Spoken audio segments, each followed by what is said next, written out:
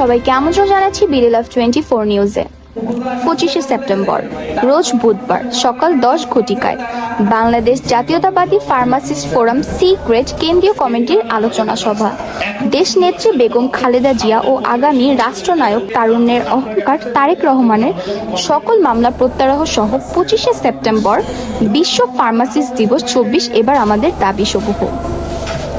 C grade ফার্মাসিস্টদের বাংলাদেশের সকল community ক্লিনিকগুলোতে নিয়োগ দিতে হবে।